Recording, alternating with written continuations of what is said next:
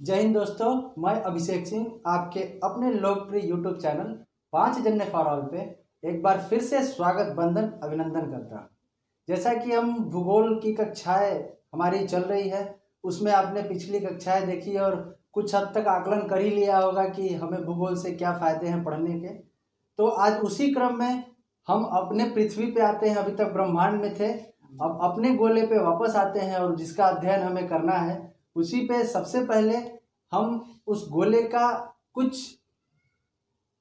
Starting point यानी कि हमारे गोले की शुरुआत कैसी हुई, हमारे पृथ्वी की शुरुआत क्या है उसमें देख लेते हैं। शुरुआत तो वैसे प्लेट टेक्टोनिक थ्योरी से हुई, लेकिन प्लेट टेक्टोनिक थ्योरी को हम बाद में पढ़ेंगे, क्योंकि कुछ जब तक अक्षांश देशांतर रेखाएं नहीं समझ लेंगे तब तक आपको दिशा और समय का ज्ञान नहीं होगा, तो आप उस थ्योरी को भी नहीं समझ पाएंगे।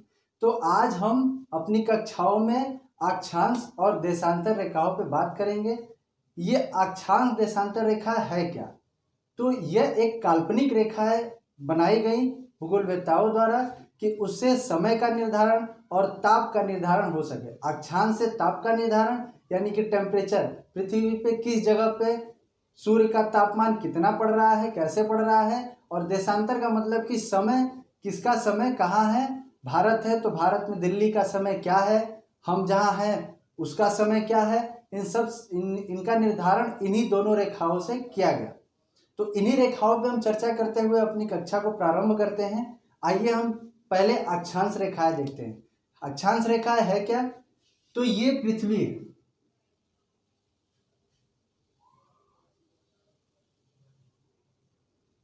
आप देखते हैं मैप या ग्लोब, जैसा कि ये ग्लोब है, ये ग्लोब पृथ्वी है। इसको ये वाली जो रेखाएं आप देख रहे हैं यानी कि लेटीट्यूड, अक्षांशीय रेखा यानी कि लेटीट्यूड यानी कि समानांतर रेखाएं कही जाती हैं। लेटीट्यूड यानी कि लेटी हुई। तो ये रेखाओं, इन्हीं रेखाओं को अक्षांश रेखा कहा गया। और ये जो देख रहे हैं आप लंबी वाली लॉन्गिट्यूड यानी कि इन्हीं को देशांतर कहा गया। ये समय का निर्धारण के लिए और ये ताप के निर्धारण के लिए, इन दोनों निर्धारणों के लिए इन रेखाओं का एक फॉर्मेशन तैयार किया गया। तो देखते हैं पहले हम अक्षांश रेखाओं के बारे में। अक्षांश रेखा है क्या? तो सबसे पहले हम शुरुआत करते हैं 0 डिग्री से। पृथ्वी को 2 भागों में बांटा गया। ये नॉर्दर्न रीजन यानी कि उत्तरी क्षेत्र, और ये साउदर्न यानी कि दक्षिणी क्षेत्र। तो 2 भागों में, यानी कि जैसे आप एक सेव को लें, उसको 20 से 2 भागों बराबर भागों में काट दें तो ऊपर वाला उत्तर, नीचे वाला दक्षिण। और ऐसे ही अगर लॉन्गिट्यूड में पढ़ेंगे यानी कि देशांतर में पढ़ेंगे, तो अगर एक सेव को हम 20 से काट दें, लंबवत काटें, तो इधर वाला पूर्व और इधर वाला पश्चिम। तो अक्षांशीय रेखा है क्या? एक ये काल्पनिक रेखा जो कि 0 डिग्री से ये नॉर्थ पोल तक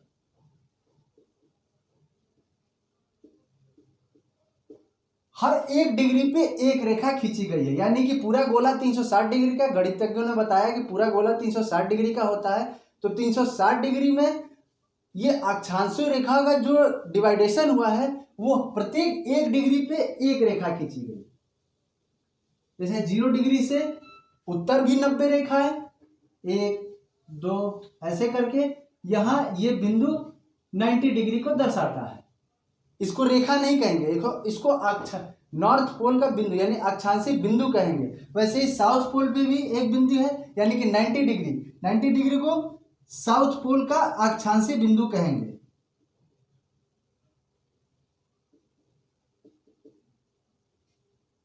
अक्षांशीय बिंदु कहेंगे। यानी कि ये जो रेखाएं हैं ये 90 इधर से इधर और 90 यहां से यहां, यानी 0 डिग्री के उत्तर में 90 और दक्षिण में 90, दोनों तरफ ये रेखाएं 90-90 डिग्री में यानी कि 90-90 रेखाओं में इसको बांटा गया है। और इन रेखाओं की और एक दो खासियत देख लेते हैं। जैसे इन रेखाओं में हम जैसे जैसे ऊपर जाएंगे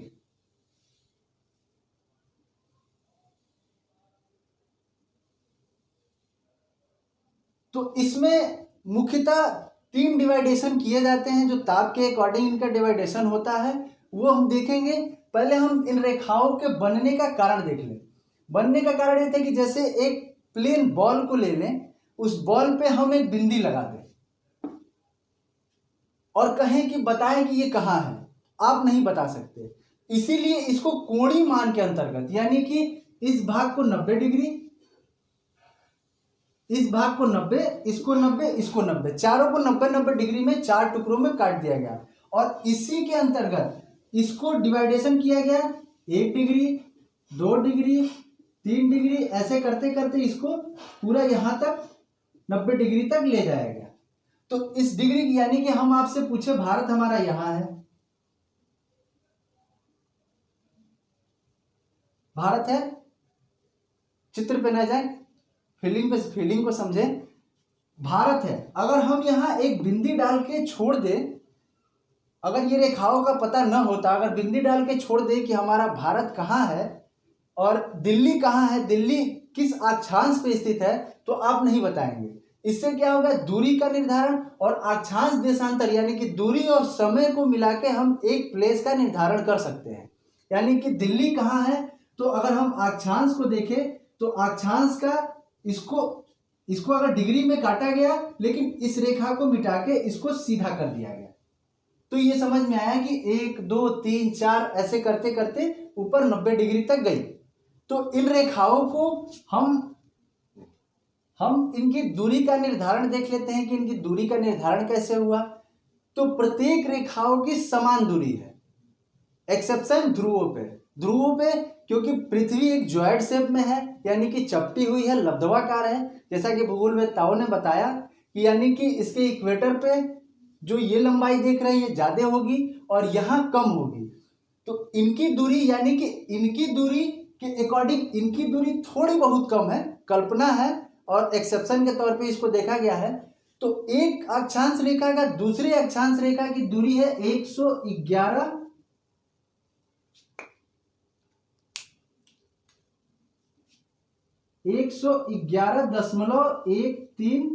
किलोमीटर। यानी कि अगर हम 1 डिग्री ऊपर जाते हैं, 0 डिग्री से 1 डिग्री ऊपर अक्षांश की तरफ बढ़ते हैं, तो हम 111.13 किलोमीटर यात्रा कर चुके हैं। ध्रुव पर क्यों कम है, ध्रुव पर थोड़ा सा कम है, जिसका 111.7 किलोमीटर। एक्सेप्शन के तौर पे, वैसे कहीं जिक्र नहीं है किताबों में, लेकिन एक्सेप्शन के तौर पे माना जाता है। क्यों माना जाता है, क्योंकि पृथ्वी एक गोला है और पृथ्वी बीच से, यानी कोई भी गोला बीच में इसकी दूरी और इसकी जो अक्षांशीय विस्तार है वो ज्यादा है, ऊपर जाते जाते ये सिकुड़ जाती है और सिकुड़ते सिकुड़ते एक बिंदु पे आके केंद्रित हो जाती है। तो यहाँ की जो रेखाएं हैं ये वाली, ये दूरी में थोड़ी कम होंगी और इसी में हम अक्षांशीय विस्तार का थोड़ा सा अध्ययन करें तो आप देखेंगे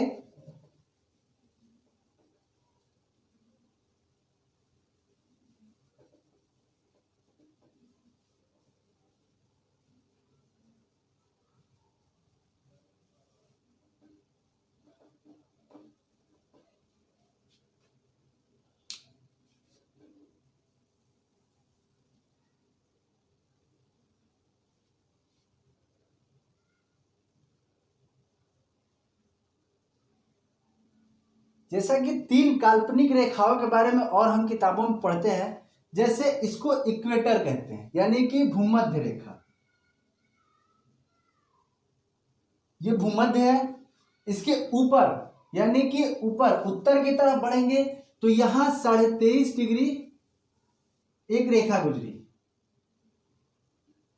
इसको हम कर्क रेखा कहते हैं, ट्रॉपिक ऑफ कैंसर कहते हैं। और ऐसे ही दक्षिण में एक 23.5 डिग्री दक्षिण, 23.5 डिग्री दक्षिणी अक्षांश, यानी कि इसको हम मकर रेखा कहते हैं। इसका मतलब क्या है, इसका डिवाइडेशन क्यों किया गया, तो इसका डिवाइडेशन सूर्य के ताप के अनुसार किया गया। यानी कि कर्क रेखा, सूर्य अगर उत्तरायण होगा तो आखिरी उसकी लंबवत किरणें कर्क रेखा पे ही पड़ेंगी, उसके ऊपर उनकी क्षैतिज किरणें यानी कि तिरछी रेखा पड़ने लगेगी। सूर्य अगर दक्षिणायन होगा तो आखिरी लंबवत किरणें, सूर्य की आखिरी लंबवत किरणें 23.5 डिग्री दक्षिणी अक्षांश पे पड़ेगी, उसके बाद ये तिरछी हो जाएंगी यानी कि ये क्षैतिज हो जाएंगी, यानी कि लंबवत जाने लगेगी। जैसे ग्लोब से समझते हैं, जैसे ये हमारा ग्लोब है, आप ये देख रहे हैं, ये 0 डिग्री से ऊपर हम आते हैं तो यहाँ ये 23.5 डिग्री है, और ये इसी क्रम में ये नीचे 23.5 डिग्री है, यानी कि 23.5 डिग्री उत्तरी अक्षांश से 23.5 डिग्री दक्षिणी अक्षांश तक जो सूर्य की किरणें हैं वो साल भर लंबवत पड़ती हैं।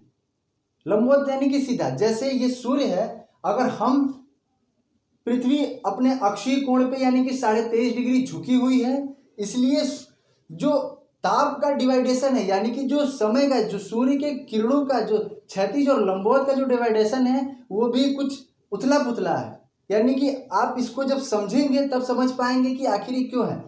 तो जो ये लंबवत की मैं बात कर रहा था, जैसे सूर्य इधर उगा और उगने के बाद जैसे ये हमारा भारत है, प्यारा भारत हमारा ये है, अगर हम सूर्य उगा तो सूर्य की जो किरणें हैं 23.5 डिग्री ये झुकी हुई है पृथ्वी, ये देखिए 23.5 डिग्री ये इस अक्षांश पे झुकी हुई है, तो ये जो किरणें हैं ये किरणें यहाँ डायरेक्ट पड़ेंगी, लेकिन जो ये वाला भाग है, ये ऊपर वाला भाग है, ये ऊपर वाला भाग पे जो किरणें हैं यानी कि टॉर्च अगर हम यहाँ सीधा जलाते हैं तो टॉर्च का जो बीच वाला सेंटर पॉइंट है वो सीधा किसी बिंदु पे पड़ता है और बाकी के पॉइंट तिरछे हो जाते हैं, यानी कि बाकी इधर उधर इसके बिखर जाते हैं, जो किरणें हैं वो बिखर जाती हैं। जैसे ठंडी के दिनों में जब सूर्य दक्षिणायन होता है तो उत्तर में किरणें क्षैतिज पड़ती है, यानी कि जब सूर्य दक्षिण की तरफ जाएगा यानी कि पृथ्वी दक्षिण की तरफ सूर्य नहीं जाएगा, पृथ्वी घूम रही है, पृथ्वी अपने अक्ष पे, इसकी घूर्णन गति के बारे में हम अगली कक्षाओं में चर्चा करेंगे, पहले अक्षांश देशांतर रेखाओं के बारे में समझ लें।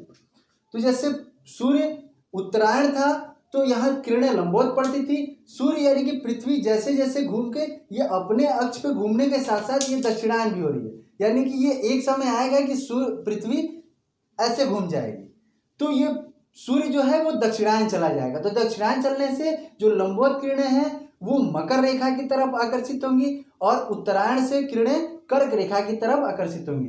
तो ये जो बेल्ट है 23.5 डिग्री का, मकर रेखा से कर्क रेखा तक, ये जो बेल्ट है इस बेल्ट पे यानी कि इसके आगे यहां तक सूर्य की किरणें लंबवत पड़ेंगी और यहां तक लंबवत पड़ेंगी, इसके आगे ये क्षैतिज हो जाएंगी। एक यहां विषुवत वृत्त भी कहा जाता है, इसको आर्कटिक वृत्त कहते हैं इसको। अब आर्कटिक और अंटार्कटिक वृत्त में अंतर समझिए। आर्कटिक यानी कि बोलने में थोड़ा हल्का महसूस हो रहा है, तो ये ऊपर है,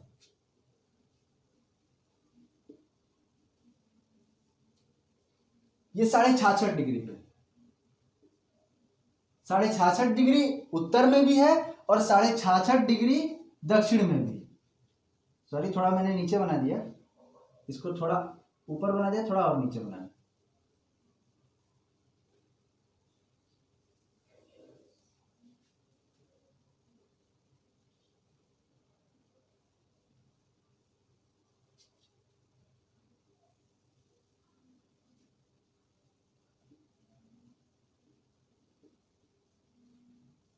ये इसको कहते हैं आर्कटिक वृत्त जो कि 66.5 डिग्री उत्तर में है, और इसको कहते हैं अंटार्कटिक वृत्त यानी कि 66.5 डिग्री दक्षिण में है। अंटार्कटिक ओशन और जो दक्षिणी पोल पे जो बर्फ की जो पेटी है उसको आर्कटिक महाद्वीप कहते हैं। जब महाद्वीप का डिवाइडेशन करेंगे तो हम उसके बारे में भी चर्चा करेंगे। तो अक्षांश देशांतर रेखाओं का बनने का मतलब ये है, अब इसमें तापीय डिवाइडेशन करते हैं कि सूर्य के ताप के अनुसार इन अक्षांश रेखाओं का निर्धारण किया गया। तो जैसा कि हमने बताया कि ताप इक्वेटर पे, अगर सूर्य इधर से उग रहा है, सूर्य इधर से अगर सुबह का समय है, सूर्य यहां है,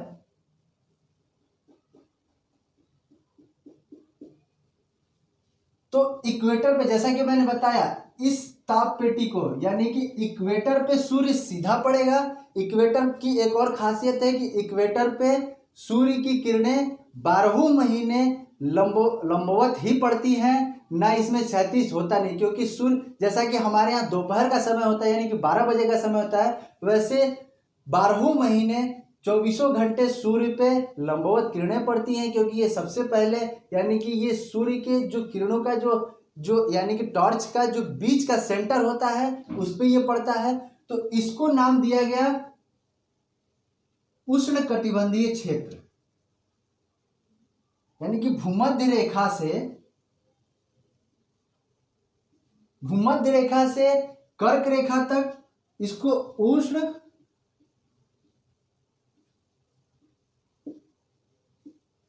कटिबंध नाम दिया गया।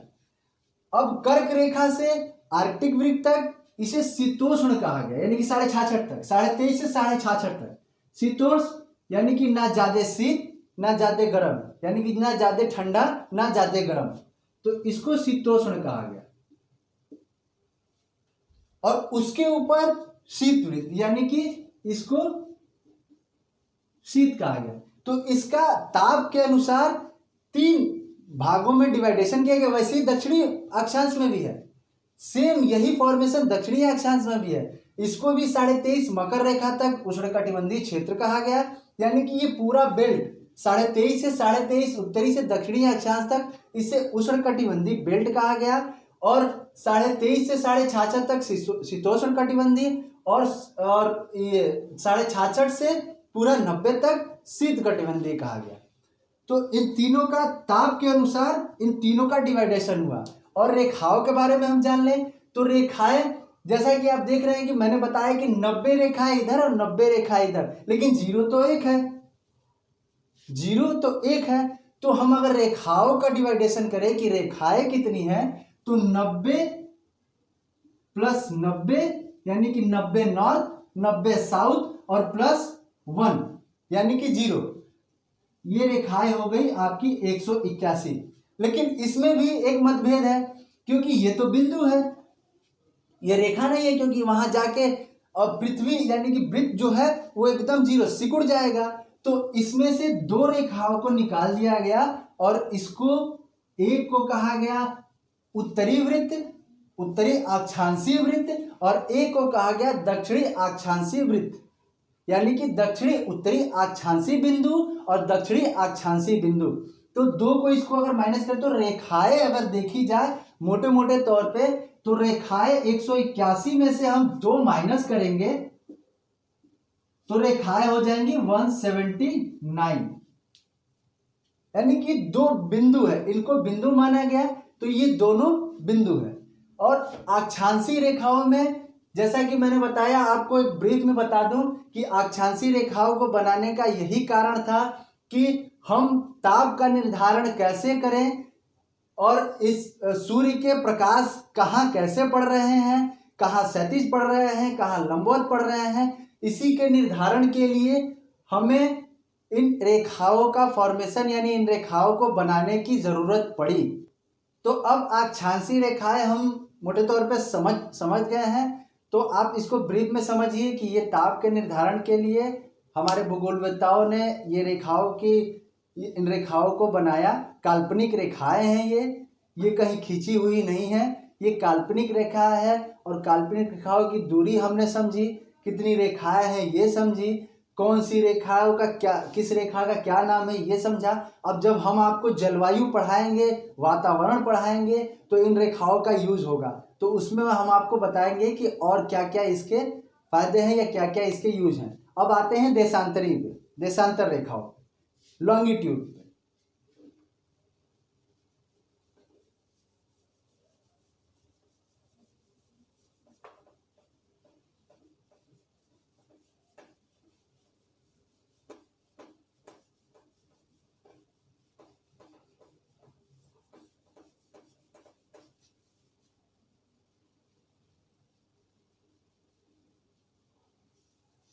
लॉन्गिट्यूड देख लेते हैं। देशांतर रेखा, इसको यमनोत्तर रेखा भी कहा जाता है। तो देशांतर रेखा बनाने का सबसे बड़ा कारण यह था समय का निर्धारण। पृथ्वी अपने अक्ष पे घूर्णन कर रही है तो वो 24 घंटे में एक चक्कर लगा रही है, तो उस समय को हम बराबर बराबर भागों में कैसे बांटे। जैसे कि 1884 के पहले ये समय का निर्धारण नहीं था, यानी कि देशांतर रेखाओं का निर्धारण नहीं था। इसके पहले लोग ऐसे सूर्य के किरणों के अनुसार ही समय का निर्धारण किया करते थे, तो जैसे उनमें कॉन्फ्लिक्ट भी होते थे। जैसे कि अमेरिका का व्यक्ति अगर भारत में चला आए तो उसमें काफ़ी डिफरेंसेस होते थे कि यार यहाँ तो 5 बज रहे हैं सुबह के, यहाँ शाम के 5 बज रहे हैं, तो ऐसे 12-12 घंटे के डिफरेंसेस हो रहे हैं। कहीं यहाँ 12 तारीख है तो यहाँ 13 तारीख हो जाती। तो इन सब पहलुओं को दूर करने के लिए और इन सब कॉन्फ्लिक्ट को दूर करने के लिए वैज्ञानिकों ने एक ग्रीनविच जगह है जो कि इंग्लैंड में यानी कि यूके में है, ग्रीनविच में एक वेधशाला में एक इनकी मीटिंग हुई। ग्रीनविच वेधशाला कहते हैं उसको। उसमें इनकी मीटिंग हुई 1884 में और इन्होंने उस काल्पनिक देशांतर रेखा का निर्धारण किया। तो इसमें हम देख रहे थे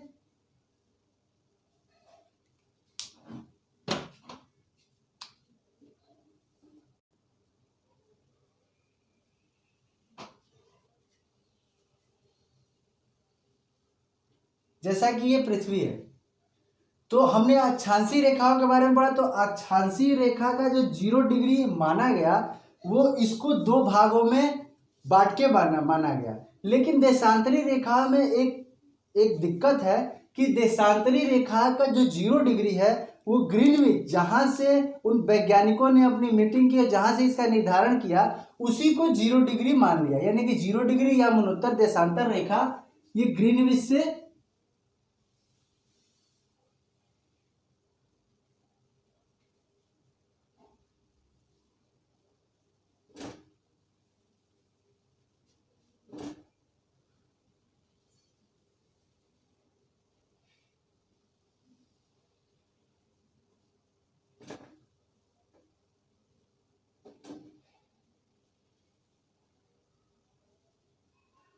ये ग्रीनविच पे 0 डिग्री देशांतर इसको माना गया।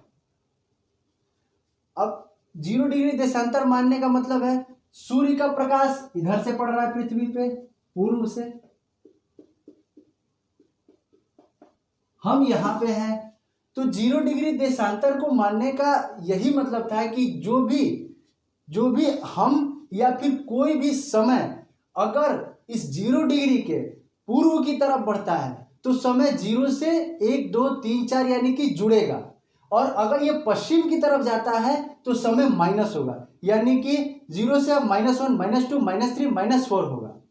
तो इन दोनों रेखाओं को बनाने का कारण था कि इसको तो ताप निर्धारण के लिए, लेकिन इनको समय निर्धारण के लिए। ये थोड़ा जटिल है, इसको समझिएगा। पहले रेखाओं के बारे में देख लेते हैं। तो जैसे 0 डिग्री ये है, तो इस पूरे ग्लोब पे 360 काल्पनिक रेखाएं खींची गई।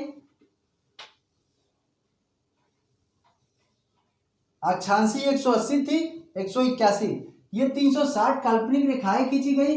लेकिन इसमें भी रेखाओं में थोड़ी गणना करने में आप समझिएगा कि 0 डिग्री अगर मैं इस पृथ्वी को ले लूं तो इसको मान लिया 0 डिग्री, तो ये 0 है, तो इसके जस्ट अपोजिट 180 डिग्री होगा। यानी कि 0 डिग्री और 180 डिग्री दोनों एक दूसरे के विपरीत रेखाएं हैं। यानी कि उत्तरी ध्रुव से अगर इधर आए तो ये 180 डिग्री कही जाएगी, और उत्तरी ध्रुव से अगर इधर जाए तो ये 0 डिग्री मानी जाएगी। तो ये दोनों रेखाएं 0 डिग्री और ये दोनों एक ही हैं। तो इसमें निर्धारण हुआ कि 180 प्लस 180 और प्लस 1, यानी कि 180 प्लस 179 और प्लस 1, तो ये टोटल हो गई 360 रेखाएं। इन दोनों के बीच की दूरी, यानी कि इस रेखा और इस रेखा के बीच की दूरी 111.15 किलोमीटर, यहां लिख देता हूं, मानी गई। इन दोनों रेखाओं के बीच की दूरी 111.15 किलोमीटर मानी गई। कहाँ? इक्वेटर पे, क्योंकि पृथ्वी यहां से चौड़ी है। और ये धीरे धीरे जैसे जैसे ये उत्तर की तरफ बढ़ेगी, जैसे जैसे ये दक्षिण की तरफ बढ़ी, तो ये रेखाएं पतली होती गई, सिकुड़ती गई, एक दूसरे से मिलती गई। तो एक समय यानी कि यहां पे कोई दूरी नहीं, 0 किलोमीटर। वैसे ही नॉर्थ साउथ पोल पे 0 किलोमीटर, यानी कि इक्वेटर पे इसकी दूरी 115 किलोमीटर है। जैसे जैसे ये उत्तर की तरफ बढ़ेगी दूरी इसकी घटती जाएगी, जैसे जैसे ये दक्षिण की तरफ बढ़ेगी दूरी इसकी घटती जाएगी। तो इन दूरी को घटने के कारण आप समझिएगा, जैसे अक्षांशीय रेखाओं में क्या था कि एक्सेप्शन था कि वो ध्रुवों पे कम है, थोड़ा सा ही कम है लेकिन कम है, लेकिन इनमें बहुत ज्यादा अंतर आता है। इक्वेटर पे ये 111.15 किलोमीटर है और ध्रुवों पे ये 0। जैसे जैसे आगे बढ़ेंगी वैसे वैसे इनकी दूरी कम होती जाएगी।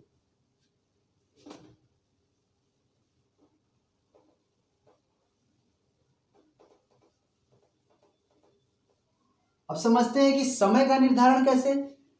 तो मान लेते हैं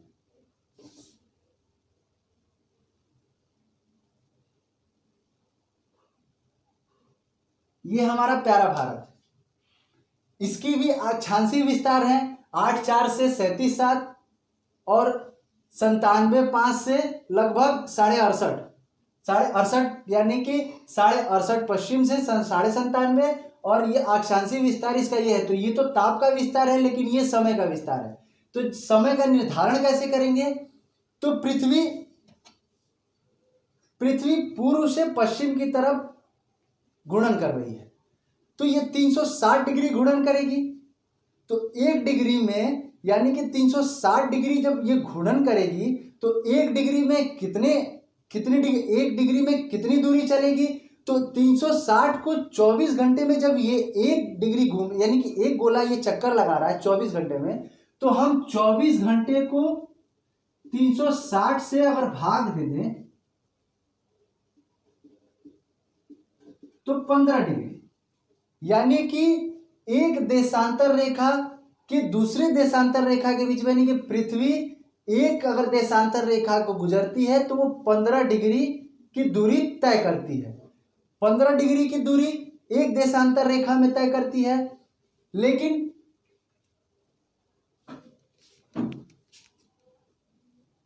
यानी कि पृथ्वी एक घंटे में इसको 24 भागों में काटा गया, तो 1 घंटे में पृथ्वी 15 डिग्री चली। 15 डिग्री यानी कि 60 मिनट में पृथ्वी चली कितनी? 15 डिग्री। तो 1 मिनट में यानी कि 1 डिग्री में 60 का 15 से भाग दे देंगे तो 4 मिनट, यानी कि 1 डिग्री का मान निकल के आया 4 मिनट। यानी कि पृथ्वी अगर 1 डिग्री देशांतर चक्कर लगाती है तो 4 मिनट का समय लेगी। समझिएगा बात को कि पृथ्वी अगर 1 डिग्री पश्चिम से पूर्व की तरफ अपने अक्ष पे घूर्णन करती है तो उसको 1 डिग्री की यात्रा पूरी करने में 4 मिनट का समय लगेगा। आप 360 डिग्री पूरा गोला है, उसको 24 घंटे में ही एक चक्कर एक घूर्णन करती है। 24 घंटे से इसको भाग दिया तो निकल के आया 15 डिग्री, यानी कि 1 घंटे में 15 डिग्री चली। तो 60 मिनट में 15 डिग्री, तो 1 डिग्री में कितने मिनट? तो 1 डिग्री में 4 मिनट। तो 1 डिग्री अगर पृथ्वी घूर्णन करती है तो 4 मिनट का समय लेती है। इसी गणना के अनुसार हम इन रेखाओं का समय भी निर्धारित करेंगे। जैसे हमारा भारत यहां है, ये भारत है, तो जैसे ग्रीनविच मीन टाइम, इसको ग्रीनविच मीन टाइम जीएमटी, जैसा कि आप लोग मोबाइल पे देखते हैं टाइम जोन जो दिखाते हैं, इसको जीएमटी भी कहते हैं, Greenwich mean time. Meridian time इसको कहते हैं, मेरिडियन टाइम, मेरिडियन जोन। इससे अगर कोई भी व्यक्ति या कोई भी नाव या कोई भी अगर पूर्व की तरफ यात्रा करता है तो इसमें जुड़ता जाएगा, यानी 1 डिग्री बढ़ा तो 4 मिनट चला। 2 डिग्री 8 मिनट, 3 डिग्री, ऐसे 12 मिनट, ऐसे करते करते भारत तक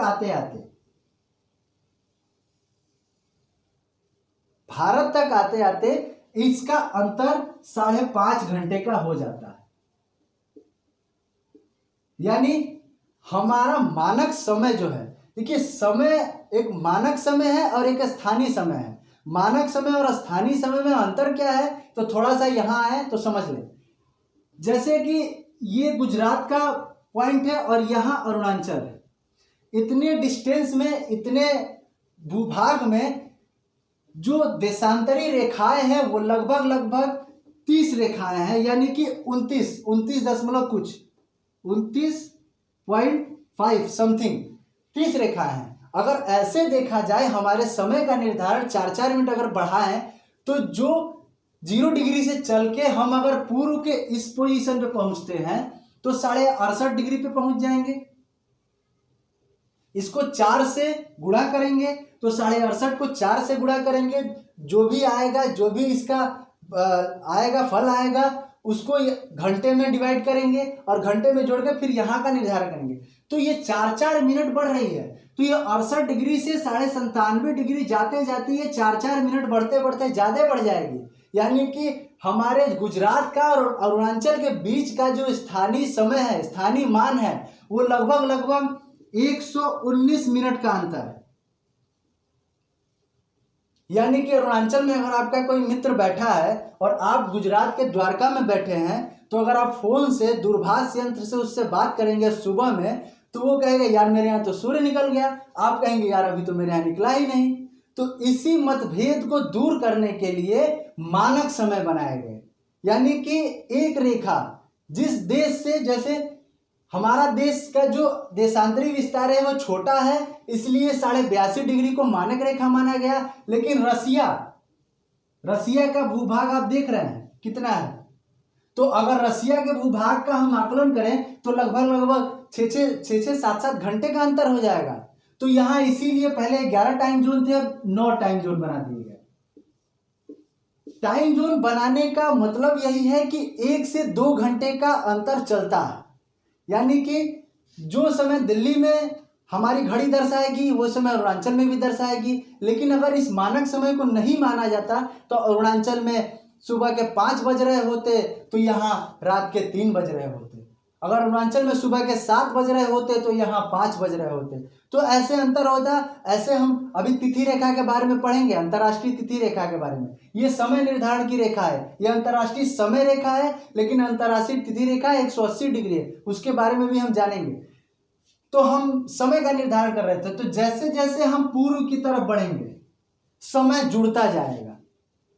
यानी कि 1 2 3 4 ऐसे समय जुड़ता जाएगा। समय का जुड़ने का कैसे, इसको जोड़ें कैसे, तो जितने डिग्री है, चाहे जितनी भी डिग्री, जैसे 82.5 डिग्री को मान लेते हैं। 82.5 डिग्री पे हमारा मानक समय जो कि नैनी मिर्जापुर से होते हुए निकलता है, यहाँ से नैनी मिर्जापुर होते हुए नीचे छत्तीसगढ़ उड़ीसा को टच करते हुए ये हिंद महासागर में चला जाता है। तो जो मानक समय बना गया यानी बीच का समय, तो 82.5 डिग्री है, इसको इंटू 4 कर दीजिए।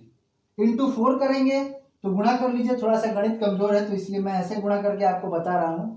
तो 4 दूनी 8, 8 दूनी 16 हो गया, और ये आधा तो 2 और जोड़ लीजिए, यानी कि 170।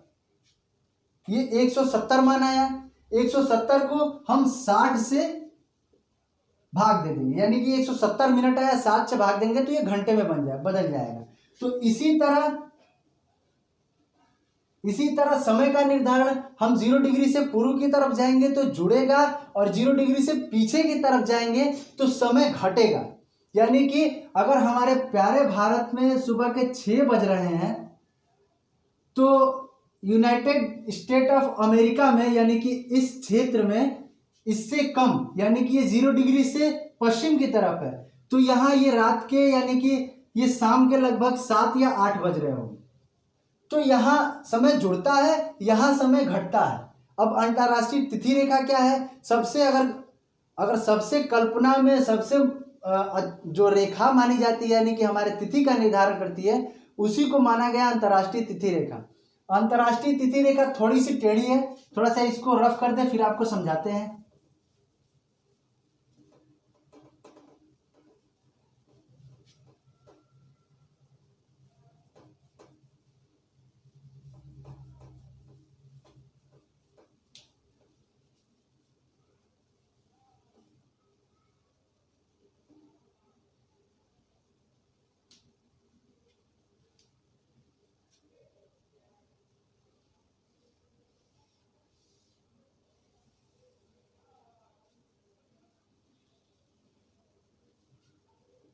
ये 180 डिग्री, जिसको अंतर्राष्ट्रीय तिथि रेखा का नाम दिया गया, जैसा कि आप अपने ग्लोब पे देख रहे हैं, ये टेढ़ी है। यहां ये साइबेरिया को अलास्का से अलग करती है। अलास्का यानी कि उत्तरी अमेरिका का क्षेत्र और साइबेरिया यानी कि रसिया का। इसको तिरछा करने का मतलब ये है कि इसको जल में इस रेखा का कोई मतलब नहीं, भूभाग में मतलब ये है कि अगर कोई देश, अगर जैसे मान लीजिए कि यहां से ये तिथि रेखा चली, यहां रसिया को और अलास्का से अलग की, फिर ये तिथि रेखा स्थल भाग में जैसे जापान में पहुंची, जापान द्वीपों का देश है, प्रत्येक द्वीप पे अलग अलग समय होंगे, तो इसीलिए ये तिथि रेखा को मोड़ने का कारण यही था कि ये जो देशों का जो निर्धारण है, जो उनके टाइम जोन का है, जो टाइम जोन बनेंगे वो टाइम जोन में कोई कॉन्फ्लिक्ट ना हो पश्चिम या पूर्व से। तो इसलिए इस अंतर्राष्ट्रीय तिथि रेखा को स्थल से जोड़ते हुए और इसको दक्षिण की तरफ ले जाया गया है। और एक चीज, जैसे आप समझते हैं कि अंतर्राष्ट्रीय तिथि रेखा, अब तिथि रेखा क्यों कहते हैं? क्योंकि अगर पूर्व का व्यक्ति, यानी कि अगर मैं यहां खड़ा हूं, अगर मैं इधर जाता हूं, जैसे इस तिथि रेखा को क्रॉस करूंगा वैसे मुझे एक दिन का नुकसान हो जाएगा। अब नुकसान हो जाएगा कैसे, समझिए। जैसे मैं यहां 10 तारीख को चला, मैं सोच के चला कि मैं 24 घंटे में इस जगह पे पहुंच जाऊंगा, तो यानी 11 तारीख होनी चाहिए, लेकिन नहीं, यहां तो 12 तारीख, यानी कि एक दिन का नुकसान हुआ। अगर आप पूर्व से पश्चिम की तरफ आते हैं तो आपको एक दिन की हानि होती है, और आप अगर पश्चिम से पूर्व की तरफ जाते हैं तो एक दिन का लाभ होता है। कैसे, समझिए। मैं 10 तारीख को यहां से चला और जैसे ही मैं अंतर्राष्ट्रीय तिथि रेखा को पार करूंगा तो मैं सोच के चलूंगा कि मैं 11 को यहां पहुंचूंगा, लेकिन नहीं, मैं पार करूंगा तब भी ये 10 ही को है, ये 10 को ही मैं पहुंचूंगा। यहां 10 हो जाएगा तो यहां 11 चल रहा होगा। समझिएगा, आप जरा समझिएगा, क्योंकि थोड़ा सा ये पेचीदा मामला है और इसको अच्छे से समझ। जैसे ये अंतर्राष्ट्रीय तिथि रेखा है, ये आपको देख रहे हैं, ये जैसे भूभाग को जोड़ते हुए निकल रही है। तो जैसे ऑस्ट्रेलिया में मैं गया छुट्टी मनाने, नया साल मनाने, ऑस्ट्रेलिया में मैं 1 तारीख को, यानी कि ये ऑस्ट्रेलिया जो महाद्वीप है वो यहां है,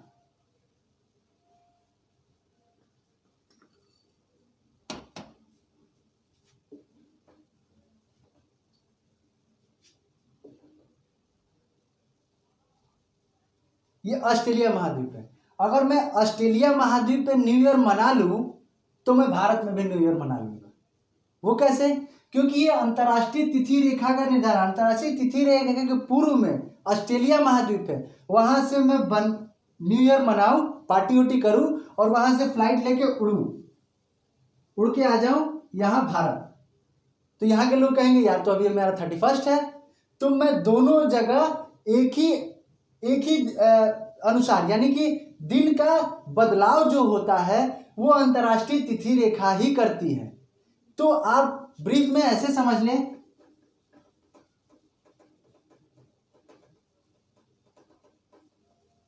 इसको बस दिमाग में ये बैठा है कि जैसे हम पूर्व से पश्चिम की तरफ जाएंगे तो हमें एक दिन की हानि होगी, और अगर हम पश्चिम से पूर्व की तरफ जाएंगे तो एक दिन का लाभ होगा। जैसे एंशिएंट हिस्ट्री में जब आप अध्ययन करेंगे तो हवाओं के अकॉर्डिंग वो अपने व्यापार को यानी कि जो नौका है वो हवाओं के अकॉर्डिंग, यानी कि जब जेट स्ट्रीम उत्तरी अक्षांश में और जब पछुआ प्रवाह दक्षिणी अक्षांश में बहता था तो वो हवाओं का निर्धारण, हवाओं के रुख के से ही वो अपनी नौका को समुद्र में छोड़ते थे कि आज हवाएं सुगम है, पूर्व से पश्चिम की तरफ चल रही है, पश्चिम से पूर्व की तरफ चल रही है, तो हमें यहाँ पहुंचना है। लेकिन जैसे ही वो तिथि रेखा को क्रॉस करते थे वैसे इधर वाले को तो एक दिन का फायदा हो जाता था, लेकिन इधर वाले को एक दिन का घाटा हो जाता था।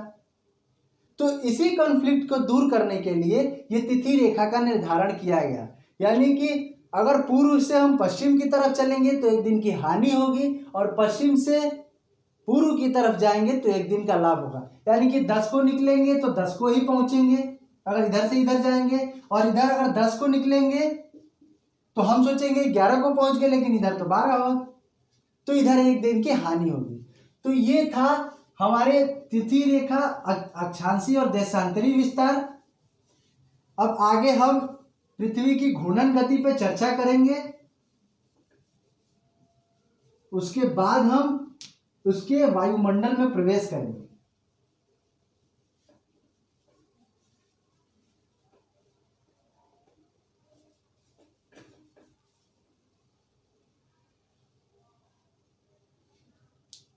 तो जैसा कि हमने आज पढ़ा कि अक्षांशीय और देशांतरी रेखा का विस्तार कैसे हुआ, क्यों हुआ और किस लिए हुआ, उसके क्या क्या यूजेज हैं, उसके बारे में भी हमने जाना। तो आगे हम पृथ्वी की घूर्णन गति के बारे में समझाएंगे, तो आपको इस अक्षांशीय देशांतरी रेखाओं का पूर्ण रूपेण एकदम आपके दिमाग में बैठ जाएगी कि आखिर ये बनाई क्यों गई, इसके फायदे क्या हैं, इसके लाभ क्या हैं। तो हमारे साथ ऐसे ही बने रहिए और प्रतिक्रिया अपनी कमेंट बॉक्स में जरूर दीजिए, उससे हमें ऊर्जा मिलती है और हम अगले क्लास में आके आपको और भी अच्छी चीज़ें बताने का कार्य करते हैं। बने रहिए, जुड़े रहिए। जय हिंद।